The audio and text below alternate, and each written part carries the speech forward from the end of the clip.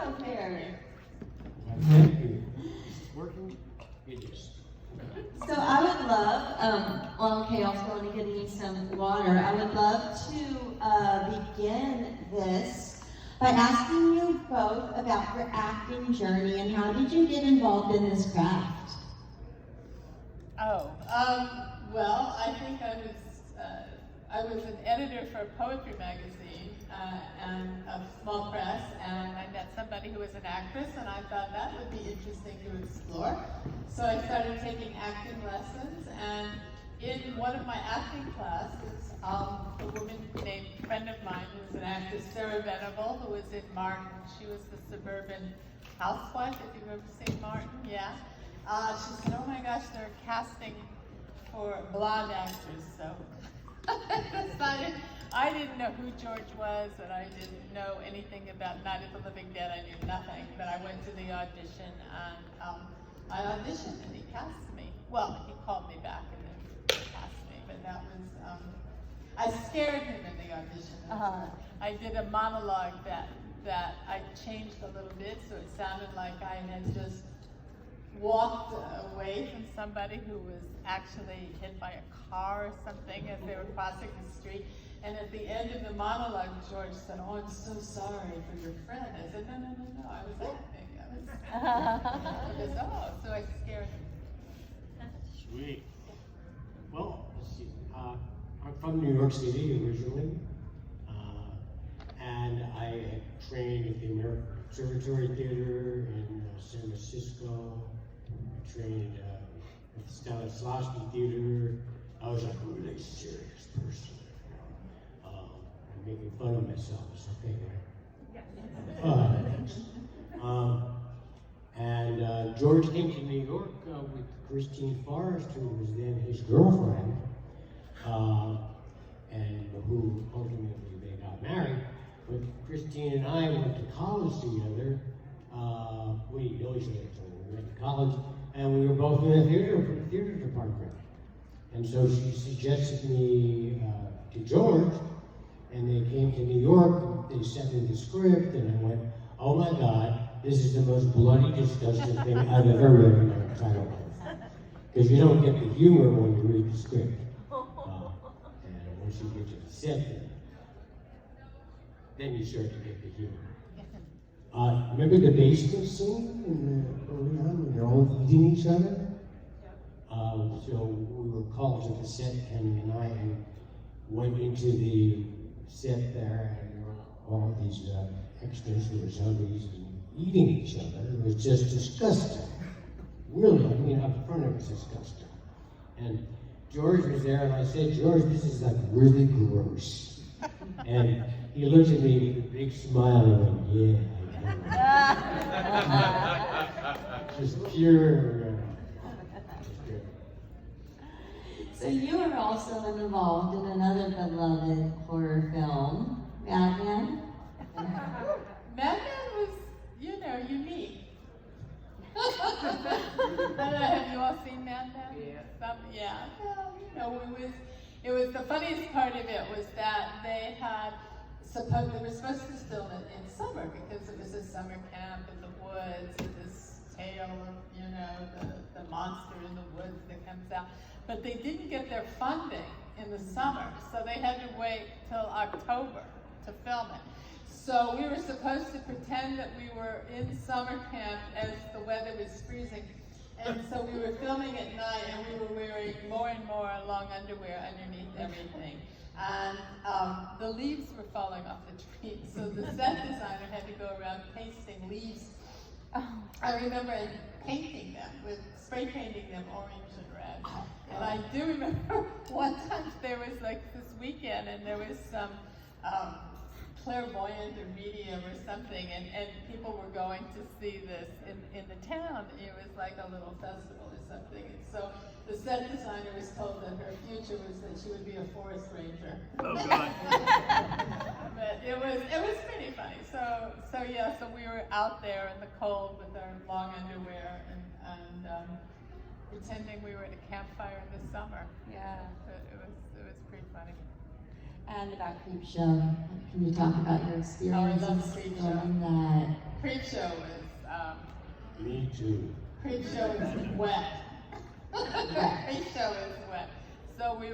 So my memories of pre-show, besides being wet, we were on that New Jersey shore beach, and I remember we actually had, George created with his crew, Nick Mastandria, a wave machine. So not only, the waves weren't big enough for George, so he wanted a wave machine, so they created this machine, so I would be sitting in this hole that they had dug that was fortified with a stool and a wetsuit, and then the sand was pretended to be around me. And then the wave machine would just bring these waves on. And I said, so George said, we better have a word in case you're really drowning, So I said, yeah, I can't remember what the word was, but we had some safe word. You got a safe word. We had a safe word in case I was, and I remember George sitting off to the side, cross-legged in his parka, very dry, and I'm thinking it's a lot better on that side of the camera than here, but we had a great time, and of course the best part of it was Leslie Nielsen. Of course, he was like, he was so funny. He would have the spark machine, Yep. Yeah. So everywhere he went, to dinner, to any place, but if he went on a talk show, he would also take it on to the talk show. He thought it was just great, But Ted Danson and I would have to go up to the shot was we were covered with this seaweed and dreck that Savini had put on us. We really smelled, we were like we were in the makeup room for like 2 hours before a shot, and we had to be dressed with all this seaweed, and we would be watching Forbidden Planet on the television to see Leslie when he was young. And then we would go up, and the thing was we were supposed to scare Leslie, if you could hold your breath, but every time Leslie would open the door, he would say something stupid, or the fart machine. So we ended up actually making more money there was a show called Dick Clark, The Bloopers. So there were all these outtakes that they paid for, because we could never do it without laughing with Leslie Nielsen. He was so great. He was great. Now, Scott, you returned to the Dawn of the Dead franchise family after how many years of being off screen? What was it, Falcon's Crest, was it? It's a TV Falcon Crest days around. Yeah. So, but there was that big gap. What was it like returning to the family? Oh, it was great. I wasn't acting anymore. Yeah. Because I was directing, particularly theater. No, it was great. You're talking about the remake of Zack Snyder. Yeah, no, it was a great experience because I didn't know what to expect, but what the best part about it was that Zack Snyder and Eric Newman, who produced it, they were very concerned, and I mean this truthfully because they said this to me directly. They did not want to insult George, right? So they were very concerned about that, and fortunately they didn't, try to emulate or imitate his humor, because that would be a huge mistake. That's Romero's brain. So it was a great experience. They were really nice people. In that gap, you didn't do anything on screen. You said you were directing. Oh yeah, I was directing a lot of theater. Yeah? What location? In New York and off Broadway, also off Broadway and regional theater. How did you get involved in that? Was that always a passion of yours, directing in theater? Well, it became a passion because I felt that, it uses more of your imagination and uses different skills, and also you're kind of in charge, and so you have more kind of grip in terms of, being not control, but being in charge and planning and who you're going to hire, right? And who's going to be the team and all of that, and it's pretty exciting on opening night. Nothing like it. I love movies, but there's just nothing like it. It's live. Do you have a favorite theater project that you directed? Yeah. What is it? Well, 2, 3. I know it's so hard to pick, right? It's like picking your favorite child. Yeah. Well, I have a favorite child. Who are they? She's 45. She lives in California. Child, Zoe, my child. I just lost track of where you were. Favorite project you directed, or top three rather. One is the Kentucky Cycle. I don't know if you know what that is, but it's a 6-hour play that happened over 2 nights. And I was the original director in terms of developing that. We were in workshop, and then we finally produced it. And I didn't go all the way with it. It was an amazing experience. It's just, I can't even, I'd have to talk to you for 4 hours about it. The other one was a play I developed called Italian Funerals and Other Festive Occasions, which was a comic drama about death.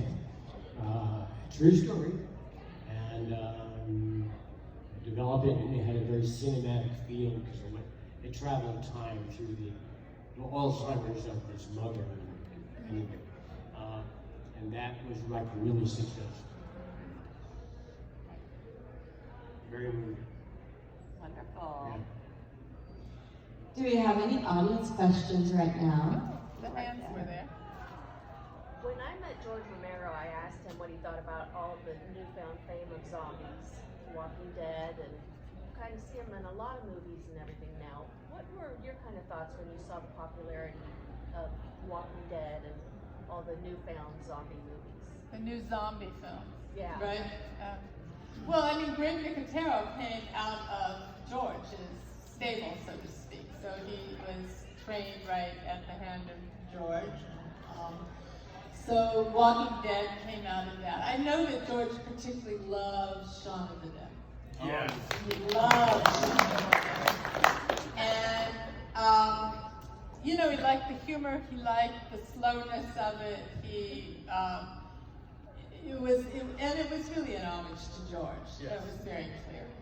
I think if George had lived, the one director that he would have loved would have been Jordan Peele and Get Out and all of his films. I mean, they were two things, especially Get Out, you know, it was humorous and it was also political and it was a statement. It was all those things that George liked in making his films, and I know that would have been one of his favorites for sure. All the original zombie movies that George did, and then the popularity of zombies taking off, and George told me he hated some of that. Yeah. And I was just wondering what He's known to say that. what your thoughts were about the newfound fame of zombies. Well, basically, is that it wouldn't happen except because of Romero. Right. Yeah. I mean, that's kind of the bottom line. You know, when Walking Dead came out, Nicotero was working on it, obviously, but it was like,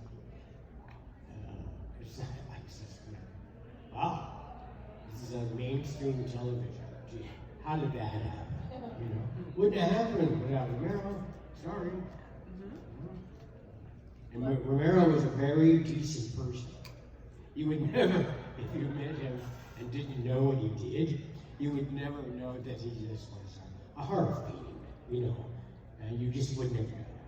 He was very gentle, warm, kind. That's the exact experience I had Yeah. with him.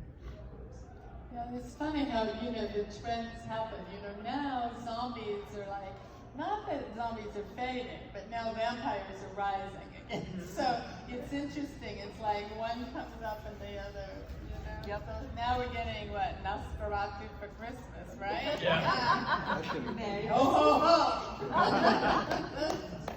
Yeah. Okay, so at the end of Dawn, when you and Peter are up on the roof, and your character, Peter, up on the roof, and you were taking off, two-part question. Where, as your character, where do you think you wound up, and personally, where you would have liked to have wound up? Where I think as the character, where I ended up. Right, meaning like as you're in your character where you thought you were going, and then as personally where you would have wanted to wind up. Well, the first was up. And then it was a crapshoot from there. If I was driving, as I said earlier, I said, that would have been 50-50, Ken with the gun shooting himself in the head or me driving the helicopter. I think the odds were equal, But where would we have wanted to go? I don't know. Aruba. Someplace warm, I have no idea. I thought it was interesting, with George, he was not one of those directors that would continue with sequels with the same actors. So the storyline would continue in some way, evolving, but he didn't bring back actors to where they are now, kind of thing. So Day of the Dead is quite different than Dawn for all those reasons as well.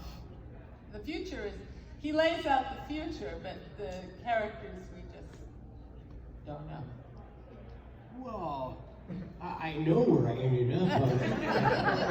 I was buried under a pile of dirt in the garden in the mall. Well, Stephen King said it best, sometimes they come back. Oh. You mean, do I want to come back? Or do I want to come back? Well, I said I tried not to come back, but I was wrong. Roger had these fantasies of things and found out that what he was thinking was incorrect. Right. And he couldn't control everything, as he honored himself that he had that ability. That's why he started to use his mind. There's a whole backstory to that. Had you survived, had your character survived, would you have wanted to live out your days in the mall until everything was gone, or where would you have wanted to wind up at? Given that situation. As Roger. As Roger. Yeah. Correct. That's a good question. No one's ever asked me that.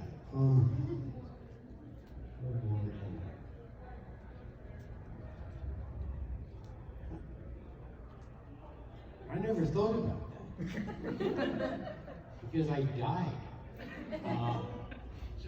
But where would I want to end up as Roger? Ideally, well, Roger, he had a lot of control issues, which is why he did. He was a SWAT cop. He trained that he could handle any situation at any particular moment. And he prided himself on that. And he lost his mind because things got out of control and he didn't know what to do.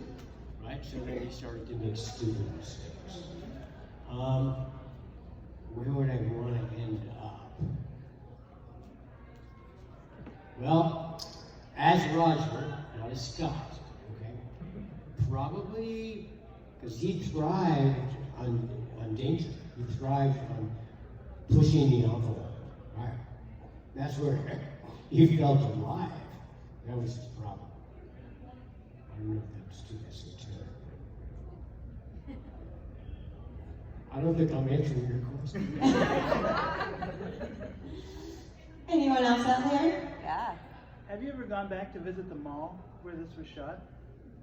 Yeah, we go back for the weekends. We've done several of those. Yeah. Weekend. What do they call it? Living Dead Weekend. Living Dead Weekend. Thank you. Yeah, that's great. We've done several of them. Yeah. It's very different now. Right. But I just randomly wound up in that town and found out that that's where, and I went to that mall and I found there's a plaque. Yes, there's a plaque for George. It's funny because originally the mall didn't want to have anything to do with Dawn, and they didn't, that legacy, they wanted to forget it ever happened, right? And then the business of the mall started to decline, and suddenly some of the light bulb came on and go, let's, exploit the Romero film here. So suddenly there was like a plaque, and then there's a bus there. Bus. A bus? Yes, the bus.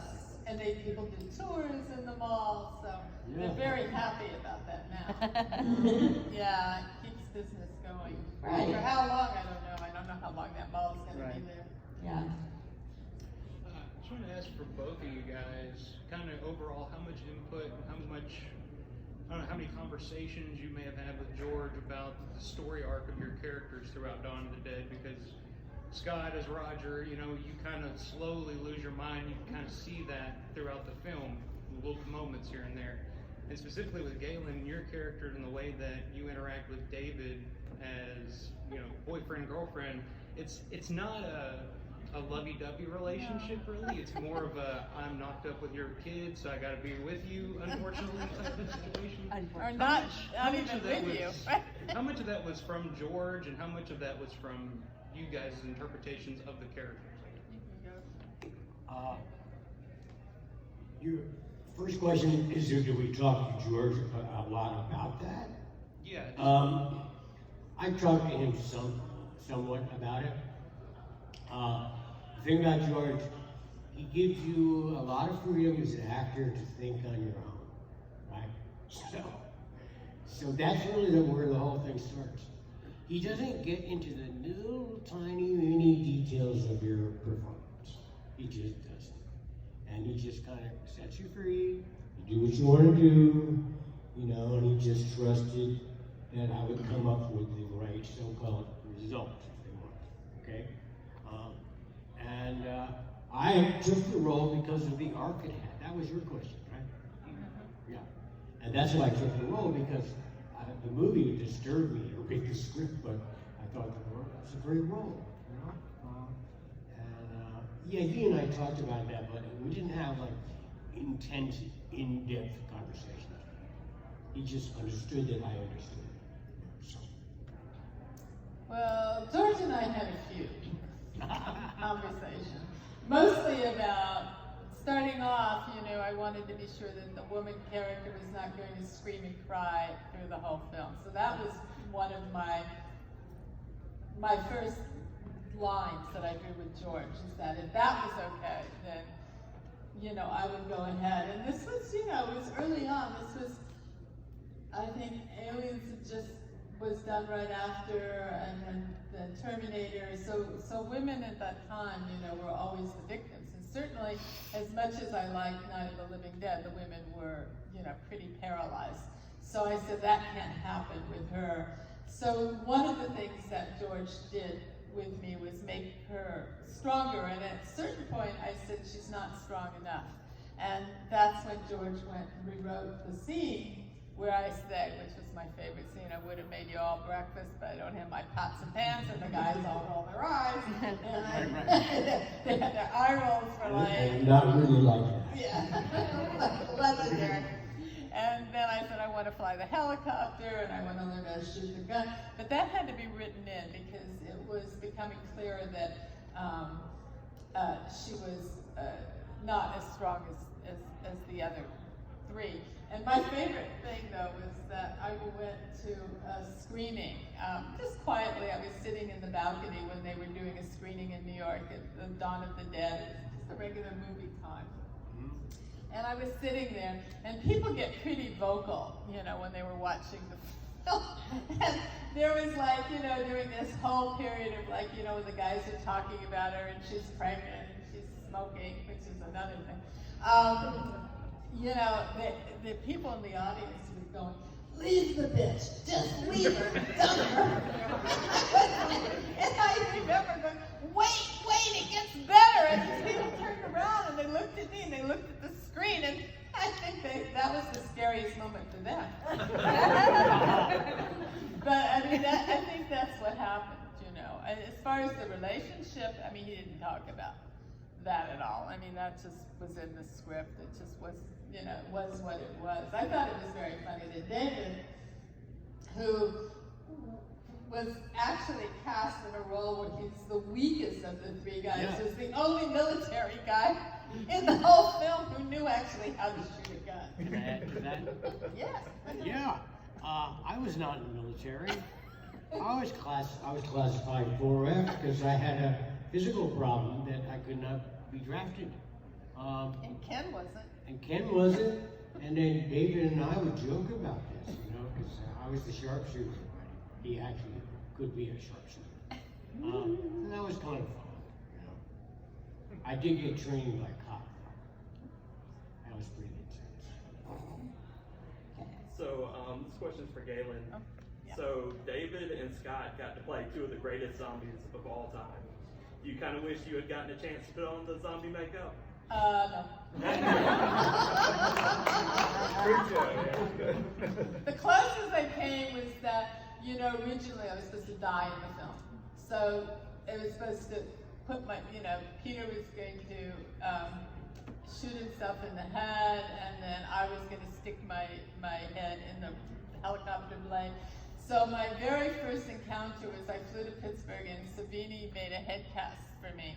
And it was one of his first head molds that he did, and he got me stuck in it.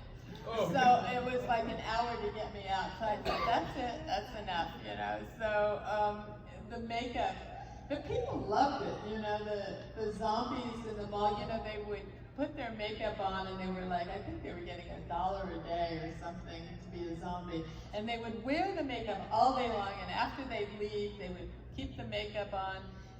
And they would go to work with the makeup. They loved it. And one day I was in the mall, you know, we would work at night, and then at 6 o'clock in the morning the music would come on, and then we'd know that, you know, the day was over. So in Pittsburgh, where it was icy and snowy, that people, you know, they exercised, they would come to the mall and they would walk. So one day I'm seeing a whole group of walkers, and I looked at them and they were walking, and I go, no, we're wrapped, you know, we're done with the filming. I had no idea that they weren't zombies.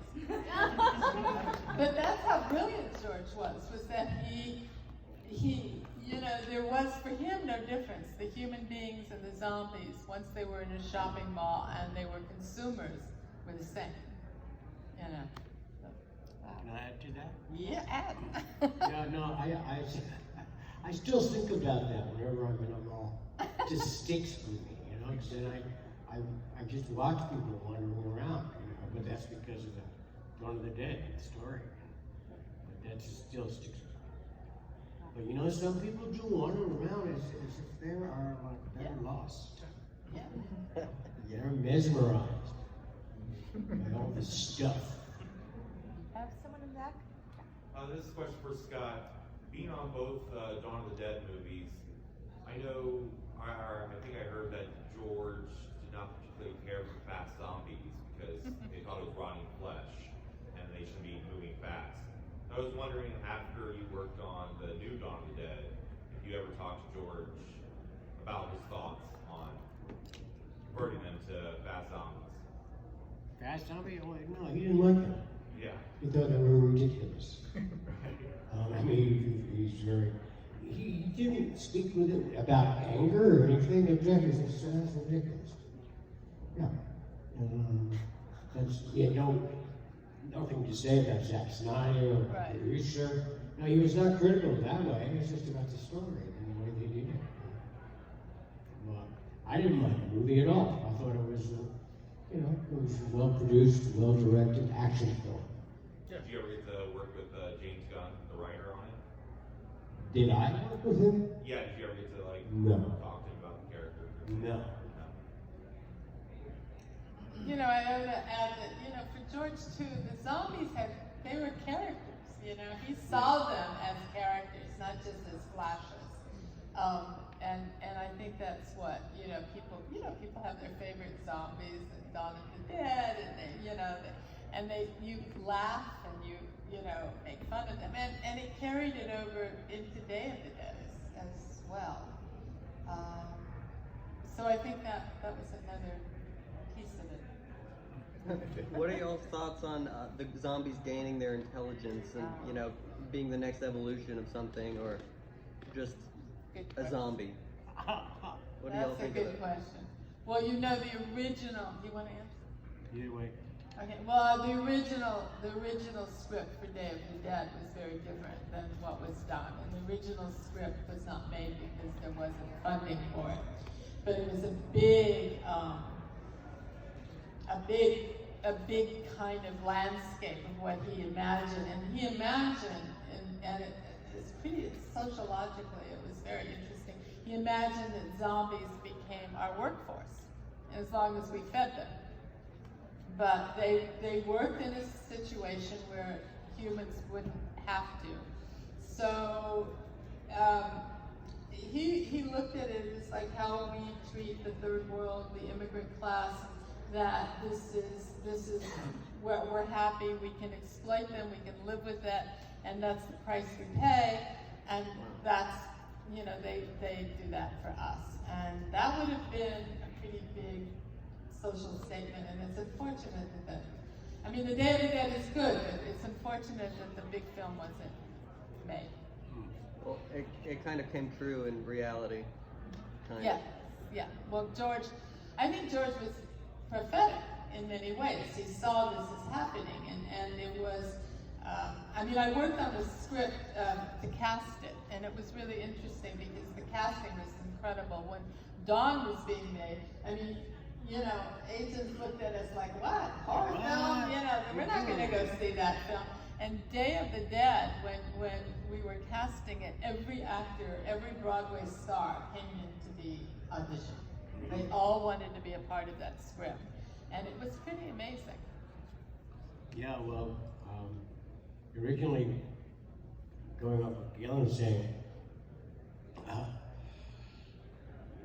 that time in New York, you know, casting directors and agents go, why are you doing that movie? Because we were doing screenings to invite people to promote ourselves, you know. But that whole attitude has completely changed, completely.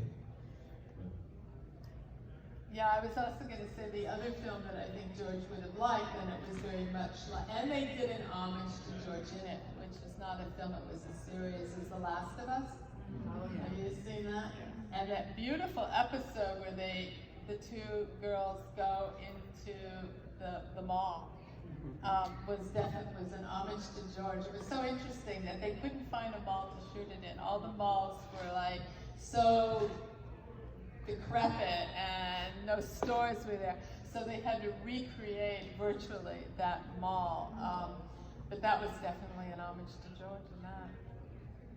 I have a little tidbit. The whole thing with the Dawn remake, they named the store after your name. Yeah, they did. Gaylen. Really? Yeah, but they did that, they didn't ask for it, right? Right, no. They did it, I declined to be in the film. I decided I didn't want to, but that was my choice. So they went ahead and named the store. I remember sitting there going, what? What is Is it clothes or groceries? At least it was a good Pots and pans. That would have been a kitchen supply store. I'm just saying. That would have been great. They missed the boat on that. They did. They certainly did. I have another little surprise, and that is George's daughter Tina has just shot her feature film that's going to be amazing. I did a little cameo for her in that, which was great. But it's cast with incredible actors, and it's drag queens and zombies. And it's going to Queen of the Dead. What? It's going to be incredible. I can't give away the secrets because she's doing some really, really cool things in the film that are very, very different. George would have loved it. The zombies are slow. It took her quite a few years to get this film made, and she did it. Oh, how exciting. She went to NYU film school, She right? did, but it took her, she's been a DJ over the years, and Right. different things, and she's been writing this script, and they finally got the funding for it. It's a nice budget, and I think it's going to be great fun. So filming has completed on that? I think they're hoping that it will be open at Sundance. We'll see. Oh, how exciting. So, Queen of the Dead. Yeah. I think Queens of the Dead or Queens of the Dead. I can't remember exactly. Yeah. So, And she directed, it was funny, Scott, I was thinking of you. There was like, as she was on the set, there was a little bit of George, I told her, in her. you know, she would look at a take and then she'd sort of walk over, you know, how George would like, and Yeah. not say like anything critical or negative. Right. So, you know, just like, you know, and yeah, and I said, Tina, that's exactly the way George did it. You know, she was very good. George was a man of few words. Yeah, Tina too. Yeah. Sounds like you knew how to talk to people, too, and not make you feel bad. Oh yeah, Tina is Dawn is really. I don't think about it all the time, but it has had a big impact on my life because not because of the movie or being a lead in the movie, blah blah blah. Is that yeah, Tina and my daughter became friends. One other thing about George, because I think it's really, the other thing that, you know, besides working with actors, George was the way he also worked with his crew, which was incredible. I mean, I've never seen film crews that like, well, we'll work, you know, more on what you want and what can we do for you. I mean, the generosity that George showed toward the crew and the respect was really phenomenal. I think, you know, it was his nature, and that's who he was. Wow. This one's for Scott. Scott, can you talk at all about your experience on Night Riders? Oh, yes. Sure. Anything in particular? Yeah, no, that was just a strange movie. Camelot on a motorcycle. Yeah. Well, it was so much fun to do. I got a little tidbit. It rained 70% of the time. And we had to stop shooting. And it was a little frustrating for George, of course. We were all staying at this Holiday Inn, and they had, this is just a sideline thing, they had this huge bowl of shrimp every day, right? And all the crew and the cast was staying there, and would just eat this huge, eat it all up. Well, after 2 weeks of that, they stopped the shrimp. But it was fun, it was different. We had Ed Harris there. He and I were both up for the lead role. He's such a good my personal opinion of the film is I really liked the film. I don't think it was realized in terms of what George really wanted. That's what I may be wrong about that, but I thought it was a really great concept. But we had all these delays constantly going on. But you know, met some good people. He has his stable of crew people that he always uses. You know, they're there, so they're like familiar faces. It's like family, you know, and that's kind of cool. Anyone else out there? Last call. Can I ask you a question? Well, I have. Oh, of course. So You there's asked one questions? question. Oh, there we go. Well, I was just going to say, so out of all of your performances, what would you say was your best performance? Out of everything you've ever done? Yeah, out of everything. What are you most proud of? Are you most proud of Roger or Night Riders? I mean. I'm more proud of Reiniger. Yes, sure. Because also the arc. Yeah. Night Riders was fun, you know, Marhawk. What's your name? Marhawk. I don't know if you remember that. I didn't. It just slipped my mind when I just asked it. You only, I'm just joking, man. Yeah. Stop. Yeah, I know, definitely Roger. Because of the arc and the role and the experience of it. You know. But I've other roles I've done that I have other feelings about. Do you ever get tired of talking about it? No, the weird thing, I don't. Maybe there's something wrong. There's always new questions and new people, or you pick up things that you didn't think about that somebody in the audience says. Hold on. Did you have, what are you most proud of in your catalog? Frank. Okay. Yeah. And he has a question for you guys. Yeah. So, I don't know if you can do this. Apart from the violence and the obvious violence in Dawn of the Dead, what to you really speaks to you? Why do you... I think I know the answer, but I'm curious what you say.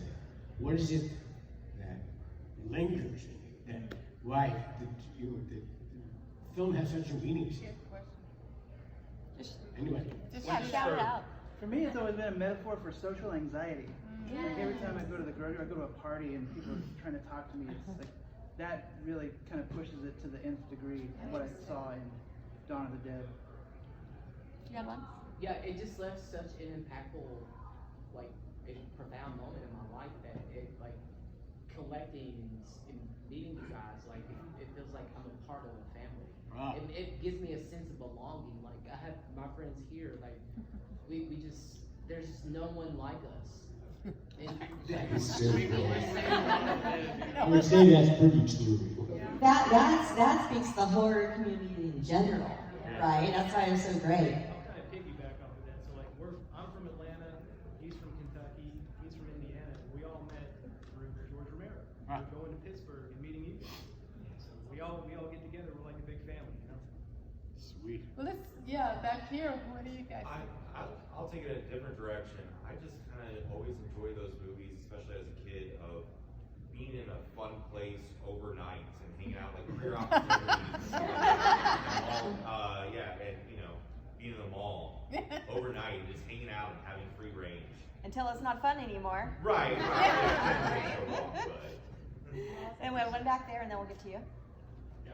One of the things that I think Dawn of the Dead has maintained its hold on us is because, like so many things that Romero did, it was grounded, it felt real. There's nothing overly fantastic or explained away in the film. So for me, I was 7 when the movie came out, so that's what I grew up with, that's nostalgia for me.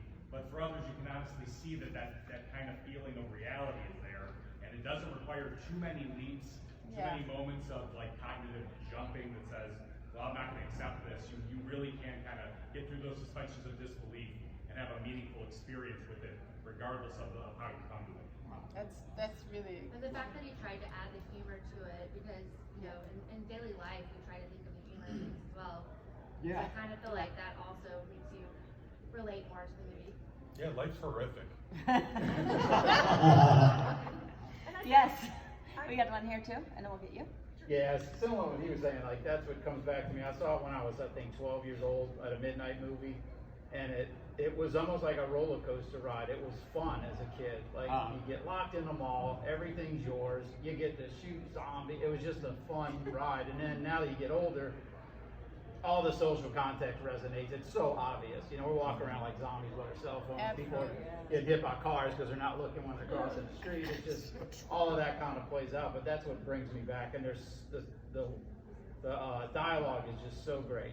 Just the line you said about the pots and pan. I mean, there's so many like kind of one-liners and funny things. It's just a fun ride. And I'm now 56 years old, and I can watch it, and I go right back to when I'm 12 years old, and it's that fun again. It's just still that fun, I think it was fantastic just when he started the Night of the Living Dead, and it was just everyday people and showed just a variety of people. And so I always liked that. And the mall was such a unique idea in your movie. I'd never seen anything like it. And it really stuck out to me because I love to go to the mall. And so that was really fun, and one that stands out to me because of where the location was. Everyday people and how they handle a crisis. Exactly. What they do. The realism too. I was thinking, during when the pandemic first hit. I mean, all I could think of was that newsroom. Yes. People saying no, and the doctor saying yes. And that was like, it resonated, right? It was weird. Do we have some over here? No? Anyone else want to contribute to that? What's it mean to you? Well, I just want to kind of so to me, Dawn of the Dead is a comfort thing for me. It's like a warm blanket that just, like, I can watch that movie, I can put it on, and I make it 5 minutes, and it puts me right to sleep. It's like a lullaby. I mean, I'm not lying. No, I hear you. It's good. The movie thousands and thousands of times. I know it by heart. Like it's just, it's a blanket. It's a comfort blanket. You want to hear some synchronicity talking about what Gaylen was saying a moment ago? When we were making the film, Newsweek magazine came out with a cover story, and it was on the cover of the magazine, called "The Mauling of America." Oh wow, I didn't know that. Yep. Wow. It was right while we were shooting. And I saw that, I went, oh, God. This is like so thick. And it was like about how we're going to be mauled by the moles. What'd you say? Amazon now. Yeah. We just go on and we just do this. You don't even have to put pants on anymore. It's great. Anyone else want to contribute to that? Yeah. One last thing, when it goes back to the original question that you put to us, and I talked to you at your table about this, I'm going to say love. Because one of the reasons why him and I fell in love 30 some odd years ago was over our love of horror. Wow. And horror movies, and still to this day, all these years later, there are multiple times in the year when I look at him on a Tuesday night or a Friday night and go, you know what, we have not watched Dawn in a while. I'm making dinner and we're watching Dawn, and it's one of those things that I don't care. Like I said, we were in our teens when we met. We're in our 50s now, and God willing, when we're in our 80s, I want to sit and go, hey, you know what? It's that date night. Let's watch Dawn. That's great. Well, that did make George very happy. Yeah. I think that's a great way to end this. What about you? Everyone give it up. Thanks, everybody. And we can stand behind them. Let's get a photo. Like, I'll have them stay there and we can stand behind them. Oh, you want me to? Oh, okay.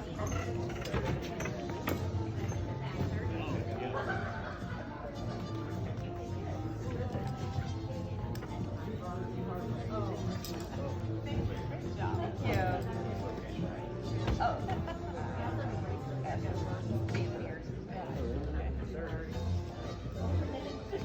Okay, all right. 2:30. Okay.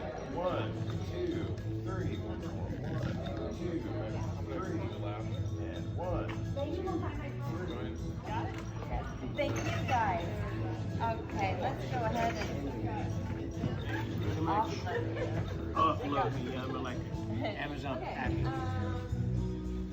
so you can roll to the stairs.